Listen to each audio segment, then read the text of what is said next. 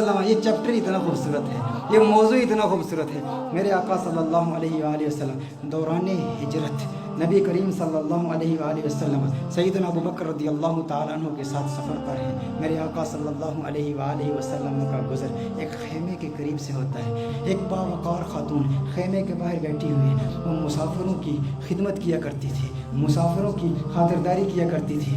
اس عورت کا نام جانتے ہو؟ عاشق سارے جانتے ہیں، نعتخوان سارے جانتے ہیں۔ وہ کون ہے؟ ام معبد ہے، جس کے کلام کی عظمتوں کے ترانے دور حاضر کے فصحاء الاپتے ہیں، بڑے بڑے ادیب اس کی عظمتوں کے ترانے الاپتے ہیں۔ وہ خاتون بیٹھی ہے، سیدنا صدیق اکبر رضی اللہ تعالی عنہ ارشاد فرماتے ہیں کچھ گوشت ہے، کچھ دودھ ہے، اگر بیچنا چاہو ہم خرید لیں گے۔ ایک روایت میں بیچنے کا ذکر ہے، ایک روایت میں مطالبہ کیا، طلب کیا کہ گوشت دو یا دودھ دو۔ ام معبد کہتی ہے قحط سالی کا زمانہ ہے، شدید قحط پڑا ہے، ہمارے پاس تو کچھ بھی نہیں ہے، ہم تو عرب لوگ ہیں، مسافروں کی خدمت کے لیے یہاں بیٹھتے ہیں، مسافروں کی خدمت کرتے ہیں، لیکن آج ہمارے پاس کچھ بھی نہیں ہے۔ میرے آقا صلی اللہ علیہ وآلہ وسلم کی نظر اس کے خیمے کے اندر موجود ایک بکری پر پڑتی ہے۔ وہ بکری انتہائی لاغر، انتہائی ناتواں، انتہائی کمزور۔ میرے آقا صلی اللہ علیہ وسلم نے بکری کی طرف اشارہ کیا۔ ام معبد کہتی ہیں ارے یہ بکری یہ تو لاغر کمزور ہے۔ میرے آقا صلی اللہ علیہ وسلم نے ارشاد فرمایا ہے ام معبد اگر تو اجازت دے تو اس کا دودھ دھو لوں۔ اس نے کہا بڑے شوق سے دودھ دھو لیجئے، لیکن اس میں دودھ ہے کہاں؟